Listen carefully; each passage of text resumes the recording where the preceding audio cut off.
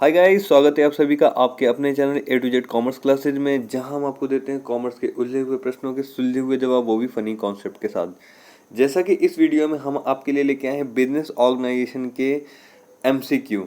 आपकी जो भी परीक्षाएं होने वाली है बीकॉम फर्स्ट ईयर की, उसमें से बिजनेस ऑर्गेनाइजेशन जो है उसका जो भी एग्ज़ाम होगा, या बिजनेस स्टडीज़ का होगा, या फिर बिजनेस कम्युनिकेशन, या इंट्रोडक्शन ऑफ कंप्यूटर, इनके जितने भी एग्ज़ाम होंगे वो एमसीक्यू में होने वाले। फर्स्ट सेमेस्टर के जो भी एग्ज़ाम होंगे वो एमसीक्यू में हैं। तो उसी से रिलेटेड हम यहाँ पे कुछ क्वेश्चन लेके आए हैं जो बहुत ही इंपॉर्टेंट है और बहुत ही सिंपल वे में है। तो जैसा कि पहला क्वेश्चन है, थोक व्यापारी के लिए। तो थोक व्यापारी क्या है? तो थोक व्यापारी क्या करता है कि सबसे अधिक पूंजी की आवश्यकता उसको पड़ती है। आप लोग देखते होंगे कि जो थोक व्यापारी एग्जैक्ट में क्या होता है, वो मीडिएटर के रूप में काम करता है। वो फुटकर व्यापारी और जो मैन्युफैक्चरर होता है, उन दोनों के बीच ही कड़ी होता है, और ये सबसे ज़्यादा अपने पास स्टॉक बना करके रखता है।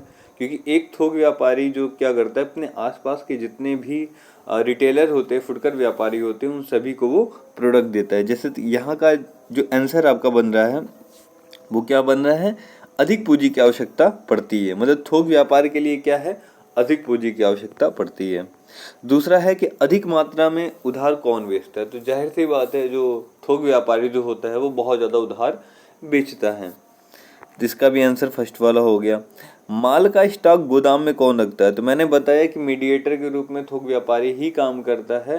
तो यही जो है वो माल को भी अपने यहाँ गोदाम पे रखेगा। नेक्स्ट है, प्रति इकाई कम लाभ कौन कमाता है? तो यहाँ पर भी थोक व्यापारी ही कमाता है। जैसे अगर आप देखेंगे, एक रिटेलर है, रिटेलर क्या करता है कि वो पर प्रोडक्ट पे, वो पर यूनिट पे वो पैसे कमाता है। लेकिन जो थोक व्यापारी होता है वो क्या करता है कि मतलब एक गत्ते पर, एक फुल कंटेनर पे वो क्या करता है, प्रोडक्ट पे अपनी प्रॉफिट ऑफ मार्जिन रखता है। जैसे, और यहाँ पे बहुत ही नॉमिनल, जैसे कि फुटकर व्यापारी, जैसे कि एक बिस्लेरी अगर उसने बेचा तो उसको लगभग 5 से 6 रुपये का प्रॉफिट हो जाता है। लेकिन थोक व्यापारी क्या होता है कि वो एक पेटी बेचता है, उस पेटी पर उसको जो भी उसको बचता होगा उस बिहार पर वो व्यापार करता है। वस्तुओं का संग्रहण का काम कौन करता है? तो संग्रहण मतलब वही इकट्ठा करने का काम कौन करता है? यहाँ पे भी थोक व्यापारी है। नेक्स्ट है, मूल्य के उतार चढ़ाव को नियंत्रण कौन करता है? तो यहाँ पर भी थोक व्यापारी ही नियंत्रण करता है। जब भी जैसे अगर मार्केट में वैल्यू किसी भी प्रोडक्ट की फ्लैक्चुएट हो रही है, तो वो अपने रिटेलर को बता दे कि हाँ भाई, इस बार रेट बढ़ गया है, या फिर रेट कम हो गया, तो वो कम रेट पर सामने वाले को प्रोडक्ट देता है। मतलब इस तरह का वो इन्फॉर्मेशन मार्केट को देता रहता है। नेक्स्ट, चोर बाजारी किसकी देन है? तो याद रखिएगा, चोर बाजारी भी थोक व्यापारियों की ही देन है। ठीक है, आप इसको इस तरह समझ सकते हैं कि मतलब बहुत सारे थोक व्यापारी क्या होते हैं कि जो एजेंसी नहीं लेते हैं, फ्रेंचाइजी वगैरह नहीं लेते हैं, वो किसी अन्य जगहों से उठा, मतलब माल को, प्रोडक्ट को किसी अन्य थोक व्यापारी से खरीदते हैं और अपने स्टॉक बना लेते हैं। तो ये, इसी को आप बोल सकती है एक तरह का चोर व्यापार या चोर बाजारी है, या फिर इस तरह की चीज़ें। एकाधिकारी प्रकृति को कौन जन्म देता है? तो याद रखिएगा, एकाधिकारी जो होता है वो निर्माता होता है। कोई भी प्रोड्यूसर होता है वो ये सोचता है कि उसका जो प्रोडक्ट रहे पूरे इंडिया में, या उस एरिया में, जिस एरिया में वो बिजनेस करना चाह रहा है, उस एरिया में इकलौता वो प्रोड्यूसर है। तो निर्माता हमेशा चाहता है कि उसका एकाधिकारी, सॉरी यहाँ पर भी, सॉरी इसका भी जन्म जो है, हाँ, विचार जो है वो निर्माता में है, लेकिन ये जो जन्म जो देता है वो थोक व्यापारी ही देता है। आगे, मध्यस्थ इस प्रकार के जोक हैं। याद रखिएगा, मध्यस्थ मतलब मीडिएटर एक प्रकार का जोक है। जोक का मतलब क्या होता है, एक इंसेक्ट होता है जो क्या करता है, खून चूसने का काम करता है। जो उत्पादक और उपभोक्ता दोनों का खून पीकर दिन प्रतिदिन मोटे होते जा रहे हैं। तो यह जवाब, मतलब यह कोटेशन किन्होंने दिया है? तो रॉयल किसी आयोग ने यह कोटेशन दिया हुआ था। आगे, थोक व्यापारी को हटाया जाना है। तो क्या थोक व्यापारी को हटाया जा सकता है? नहीं, ऐसा नहीं, अवांछनीय है। ऐसा मीडिएटर को आप खत्म कर देंगे तो निर्माता और डायरेक्ट अगर रिटेलर आ जाएगा तो दोनों में कॉम्बिनेशन नहीं बैठ पाएगा। लेकिन थोक व्यापारी होने की वजह से यहाँ पर वो क्या होता है, प्रोड्यूसर रिटेलर के बीच में कॉम्बिनेशन का काम करता है, मतलब इनको इकट्ठा बनाए रखने की काम करता है। नेक्स्ट, विभागीय भंडार की स्थापना सबसे पहले कब और कहाँ हुई थी? तो 1852 में फ्रांस में हुई थी। तो देखिए विभागीय भंडार का मतलब है जिसको आप लोग अक्सर बिग बाज़ार, वी मार्ट या इस तरह का नाम जानते हैं, मतलब डिपार्टमेंटल स्टोर होता है। यहाँ पे हर प्रोडक्ट लगभग बिकते हैं और उस हिसाब से वहाँ पे अरेंजमेंट होता है। तो याद रखिएगा फ्रांस से शुरू हुआ था। नेक्स्ट है विभागीय भंडार सर्वाधिक कहाँ प्रचलित है?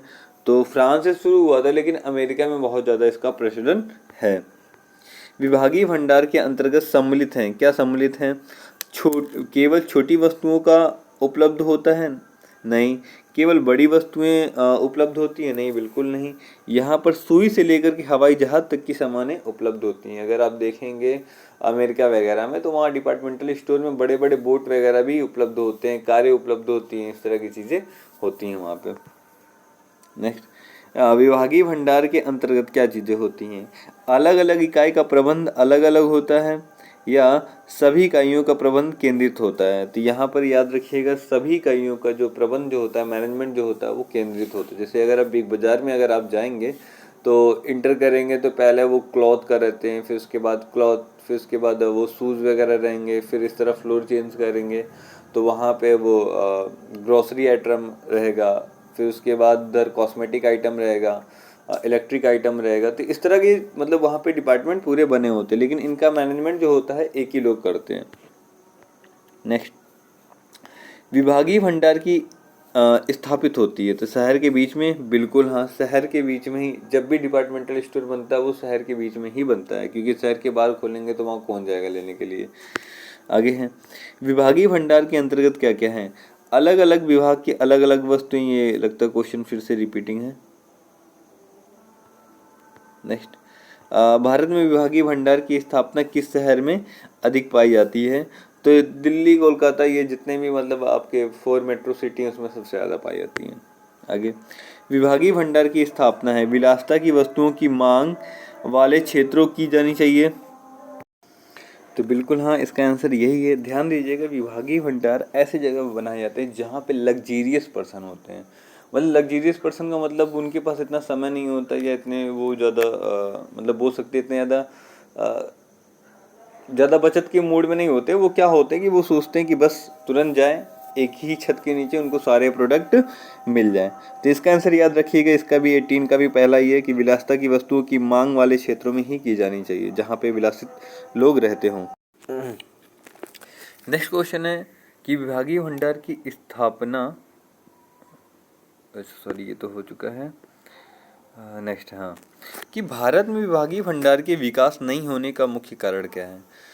पूंजी की कमी, विज्ञापन की कमी, सरकार की उदासीनता, नित्य गरीबी। तो याद रखिएगा इसका आंसर जो है वो पूंजी की कमी ही है। यहाँ पे पूंजी की कमी है, जो कि विज्ञापन और सरकार की उदासीनता। सरकार तो खुद चाहती है कि ज़्यादा से ज़्यादा यहाँ पर सुपरमार्केट वगैरह खुले। नेक्स्ट, विभागीय भंडार का संचालन है, कैसा संचालन है? एकाकी व्यापारी द्वारा? बिल्कुल नहीं। साझेदारी द्वारा? बिल्कुल नहीं। ये जब भी होता है ये एक संयुक्त पूंजी वाली कंपनी होता है और उसी के थ्रू इसको चलाया जाता है। नेक्स्ट जो है, एक मूल्य की दुकान किस वर्ग के लिए उपयुक्त होती है? तो गरीब, किसी वर्ग के लिए नहीं, ऐसा तो बिल्कुल नहीं हो सकता। गरीब और मध्यम वर्ग के लिए जो होता है वन वैल्यू दुकान या फिक्स्ड रेट वाली जो दुकान होती है वो अच्छी होती है, क्योंकि गरीब को पहले, क्योंकि उनके पास थोड़े से ही पैसे होते हैं और उनके जो बजट होते हैं उस हिसाब से उनको बनाना होता है। तो जब चीज़ें फिक्स रहेंगी, एक मूल्य वाली रहेंगी, तो वो आसानी से ले लेते हैं। नेक्स्ट, एक मूल्य की दुकान वहाँ है जहाँ पर प्रत्येक वस्तु की कीमत अलग अलग होती है, सभी वस्तुओं की कीमत एक ही होती है। ठीक है। और नेक्स्ट है कि मूल्य में उतार चढ़ाव रहता है। तो इसका भी आंसर फर्स्ट वाला ही है कि प्रत्येक वस्तु की कीमत क्या होती है? अलग अलग होती है। नेक्स्ट है, बहुसंख्यक दुकानों में क्या बेची जाती हैं? तो अब देख सकते हैं वस्तुएं केवल नगद के रूप में बेची जाती हैं यहाँ पर बहुसंख्यक दुकानों में। नेक्स्ट, बहुसंख्यक दुकान की वस्तुओं की गुणवत्ता होती है, कैसी होती है? तो यहाँ पे बहुसंख्यक दुकान की गुणवत्ता जो होती है बहुत ही अच्छी होती है, उच्च कोटि की होती है। प्रबंध की कार्य समन्वय का उद्देश्य क्या है? तो यहाँ पर जो है प्रबंध का जो कार्य होता है विभिन्न गतिविधियों में एकरूपता। समन्वय का मतलब होता है साथ मिला करके चलना। तो एक प्रबंधक चाहता है कि पूरे बिजनेस में जो भी काम हो रहे हैं वो एक जैसे ही चलते, एक रूप जैसे ही दिखें। नेक्स्ट,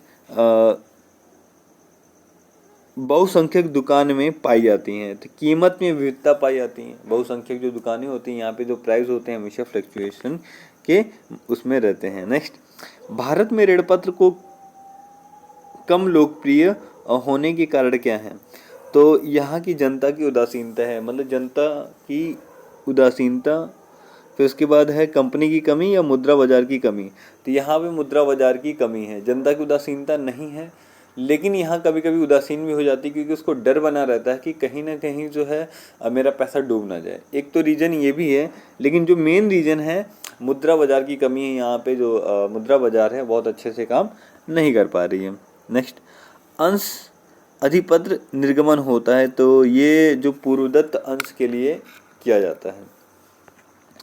अंश प्रमाण पत्र का निर्गमन होता है तो किसके थ्रू होता है? तो यह जो होता है पूर्वदत्त और अदत्त, मतलब पहले से जो पेमेंट कर दिया गया उसको पूर्वदत्त बोलते हैं, अदत्त जो भी बाकी हैं उन दोनों शेयरों के लिए जो होता है अंश पत्र निर्गमन होता है। संचयी पूर्वाधिकारी अंश पर लाभांश पाने का अधिकारी होता है, तो कौन होता है? तो यहाँ पे सभी परिस्थितियों में वो लाभांश, मतलब पूर्वाधिकार का जो पहला ही क्राइटेरिया होता है कि उसे किसी भी तरह से क्या पाना है, उसे लाभांश पाना है, लाभ पाने का उसका प्रथम हिस्सेदारी होता है। Thank you class. अगर आपको वीडियो अच्छी लगी हो, इस वीडियो से अगर वैल्यू मिली हो तो अपने दोस्तों में शेयर करना ना भूलें और साथ ही लाइक शेयर एंड कमेंट करना भी ना भूलें और ज़्यादा से ज़्यादा कोशिश करिए चैनल को सब्सक्राइब कराने के लिए। Thank you class.